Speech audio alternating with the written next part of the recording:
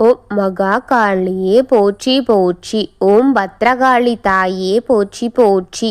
ஓம் ஸ்ரீகாளி தேவியே போற்றி போற்றி. என் அன்பு குழந்தையே, இந்த மங்களகரமான தினத்தில் உனது பிரச்சனைகளை எல்லாம் போக்கி நீ கேட்ட வரங்களை எல்லாம் உனக்கு அள்ளி கொடுக்க வேண்டும் என்று உன் தாய் காளியம்மன் உன்னை தேடி வந்திருக்கின்றேன் என் தங்கமே.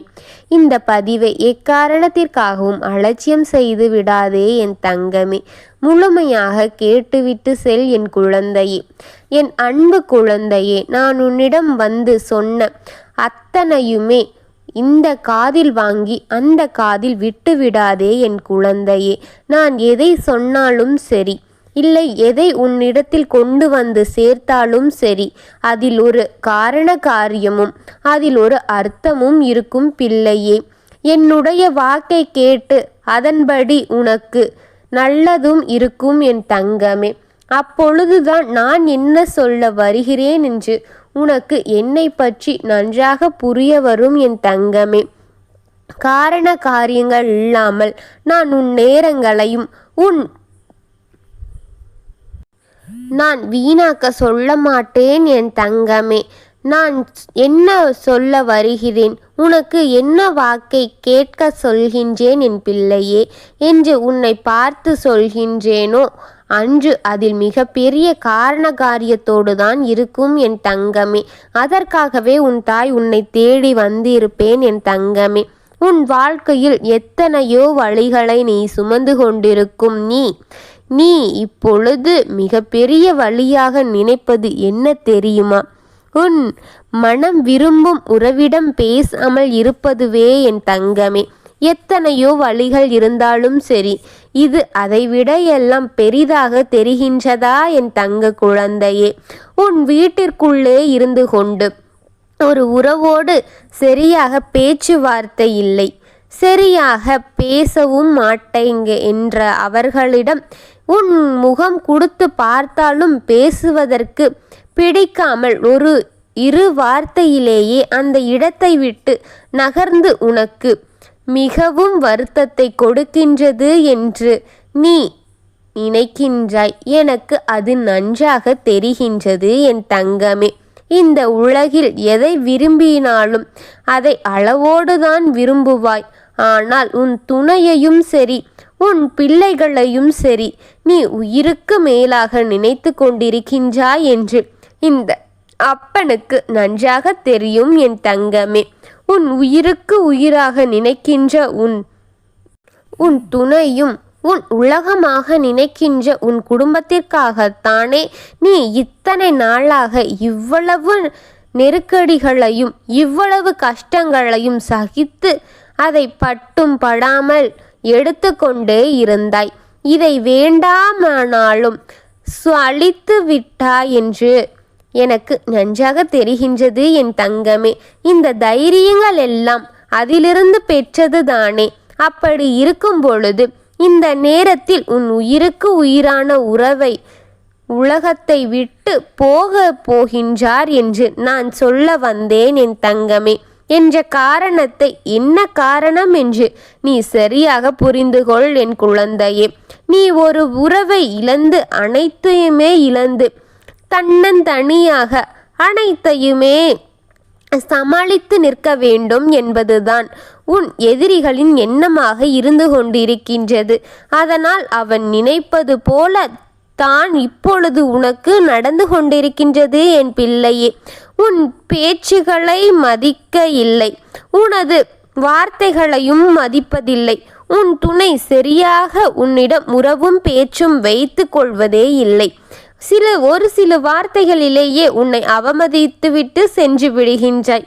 இப்படியே ஒருவர் மீது ஒருவர் பழிகளை போட்டு ஒருவர் முகத்தை ஒருவர் பார்க்காமல் இப்படி விலகி விலகி வீட்டிற்குள் சென்று கொண்டிருந்தால் ஒரே வீட்டுக்குள் இருந்து கொண்டு இருவரும் எலியும் பூனையும் போல இருக்கும் உறவை நினைத்து நீ மிகவும் வருத்தப்பட்டு கொண்டே இருக்கின்றாய். ஆனால் இந்த இடத்தில் நான் சொல்ல வருவது என்ன தெரியுமா? வருத்தப்பட வேண்டாம் என் தங்கமே. வருத்தப்பட்டால் மட்டும் போதுமா என்று சொல்லத்தான் வந்தேன். இந்த உலகத்தை விட்டு உனக்கு உயிருக்கு உயிராக இருக்கும் உறவை பிரிந்து விட்டால் இந்த ஜென்மத்தில் இந்த உயிராய் பார்த்து கொண்டிருந்தாய் அல்லையா? இப்பொழுது விட்டுவிட்டாய் என்றால் வேறு எந்த ஜென்மத்தில் நீ அவரை பார்க்க போகின்றாய் தங்கமே? அந்த உயிரை இழக்கவிட்டால் மீண்டும் கண்களால் பார்க்க முடியுமா என்று நினைத்து பார் என் தங்கமே. இதையெல்லாம் யோசித்து நீ சற்று கவனத்தோடு இருக்கலாம் அல்லவா என் குழந்தையே? போதும் போதும், இந்த பகை வெறுப்பு எதற்கு என் தங்கமே? நான் சொல்வதை நிம்மதியாக நிதானமாக கேட்டு புரிந்துகொள் என் பிள்ளையே. யாருக்கோ எந்த நேரத்திலேயோ இழப்பு வருவது என்பதை சொல்ல முடியாது. இதுபோல காலகட்டம் இருக்கும் பொழுது இந்த நேரத்தில் ஒருவருக்கொருவர் ஆதரவாக இருந்து கொள்ளலாமே. ஆதரவாக இருந்து விடுங்கள் என் தங்கமே. வாழ்வது என்பது ஒருவருக்கொருவர் விட்டு கொடுத்து வாழ்வது என்பது எவ்வளவு சுகமாக இருக்கும். நான் வெளியே சென்று விட்டு கொடு என்று சொல்லவில்லையே. வெளியே இருக்கும் நபரிடம் சென்று நீ தோர்த்து போ என்றும் நான் உன்னிடம் சொல்லவில்லையே. உன் வீட்டில் இருக்கும் உன் பிள்ளைக்கும் உன் துணைக்கும் அந்த இருவருக்காக மட்டும் நீ அவர்களுக்காக தோத்து போனால் என்ன தங்கம் என் குழந்தையே? நீ குறைந்து போகின்றாய். மற்ற யாரோ என்னமோ நினைத்து விட்டு போறார்கள். ஆனால் இறுதியில் இவர்கள்தானே நீ உன்னை காக்கவும் உனக்காக இருக்கவும் போகின்றார்கள். அவர்களுக்காக நீ சற்று விட்டு கொடுத்து போனால் என்ன என் குழந்தையே? யாராரோ என்னென்னமோ செய்கிறார்கள், அதையா நான் உன்னை செய்ய சொல்கிறேன்? நீ சற்று விட்டு கொடுத்து போனால் குடும்பம் சுமூகமான நிலையை அடையும் என் தங்கமே. மற்ற யாரிடமோ தோர்த்து போக வேண்டிய அவசியம் கிடையாது. விட்டு கொடுத்தால் உன் வாழ்க்கையில் கெட்டியாகும் என் தங்கமே. தாழ்ந்த இடத்தில்தான் தண்ணீர் தங்கும் என்பதை புரிந்துகொள் என் குழந்தையே. உறவு என்பது ஒரு முறையாவது இந்த உறவு உனக்கு இந்த ஜென்மத்தில் கிடைப்பது. இன்று நாளையோ மறுநாளோ யாருக்காக இருந்தாலும் சரி, மரணம் என்பது பொதுவானது என் தங்கமே.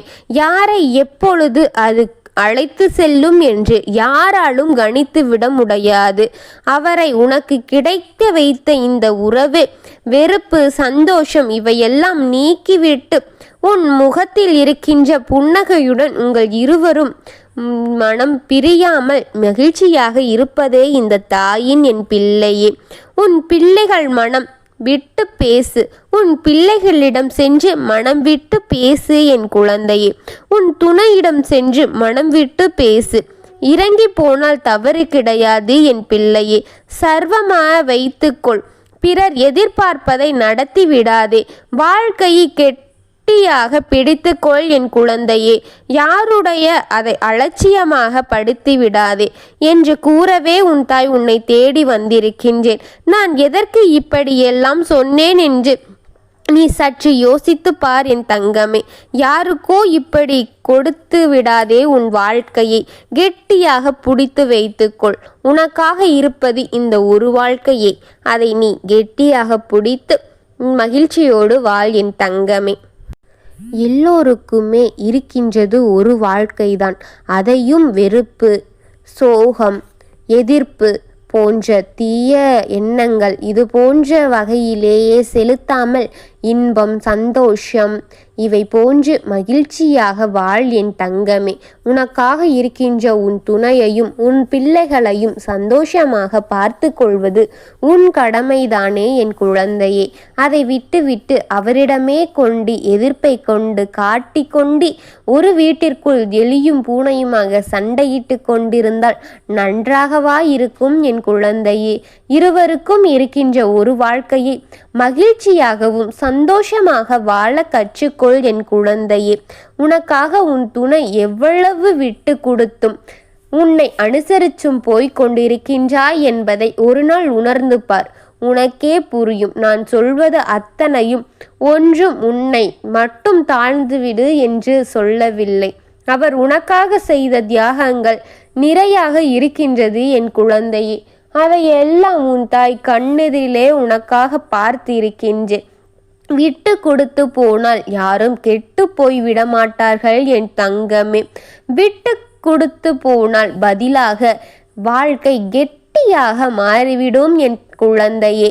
அவர் மீது இருக்கின்ற அன்பு இன்னும் பெருகுமோ தவிர குறைந்து விடாது என் தங்கமே. என்னை இவ்வளவு நேசிக்கிறாரா என்று அவர் தெரியும் பொழுது எனக்காக இவ்வளவு சலித்து கொண்டிருக்கின்றாரே, இந்த உறவை நான் கெட்டியாக பிடித்து கொள்ள வேண்டும் என்று உனக்கு அந்த புறம் இருக்கும் உறவுக்கும் புரிந்துவிடும் என் குழந்தையே. உன் உறவு உன்னை நேசிக்க வேண்டும் என்றால் நீ அவரை அவருக்கு மேலாக நேசிக்க வேண்டும். அப்பொழுது இருவரின் உறவும் பலப்பட்டு கொண்டே போகும். பிறகு யார் நினைப்பதும் உங்கள் வாழ்க்கையில் நடக்காமல் இருவரும் மகிழ்ச்சியோடு சந்தோஷத்தோடும் இருவரும் கைகோர்த்து வாழ்க்கை இறுதி வரைக்கும் செல்வீர்கள் என் குழந்தையே. உன் பகைவர்கள் கண்ணெல்லாம் உங்கள் இருவரின் மீதுதான் இருக்கின்றது. இப்பொழுது அதுபோலயே நீங்கள் இருவரும் எலியும் பூனையுமாக சண்டையிட்டு கொண்டே இருக்கின்றீர்கள். அதற்காகவே சொல்கின்றேன், அவர்கள் பார்த்து உங்களை பிரித்து ஒருவரை மட்டும் உலகில் வைத்து கஷ்டங்களை கொடுக்கலாம் என்று நினைத்து கொண்டிருக்கின்றார்கள். அதற்கு இடத்தை நீங்களே கொடுத்து விடாமல் இருவரும் எலியும் பூனையுமாக இருப்பதை விட்டுவிட்டு ஒரு சந்தோஷமான குருவி கூடு போல் மகிழ்ச்சியோடு இருங்கள் என் குழந்தையே. நீங்கள் மகிழ்ச்சியாக இருந்தால்தான் இந்த தாயின் மனம் குளிரும் என் குழந்தையே. உனக்கு நடக்கின்ற அத்தனையும் உன்னிடத்தில் எடுத்து வந்து சொல்கின்றேன் அல்லவா. எனக்காக இதை கேட்டு அமைதியாகவும் பொறுமையாகவும் நிதானத்தோடும் வாழ்க்கையை வாழ கற்றுக்கொள் என் குழந்தையே. நான் உங்களுக்கு துணையாக இருப்பேன்.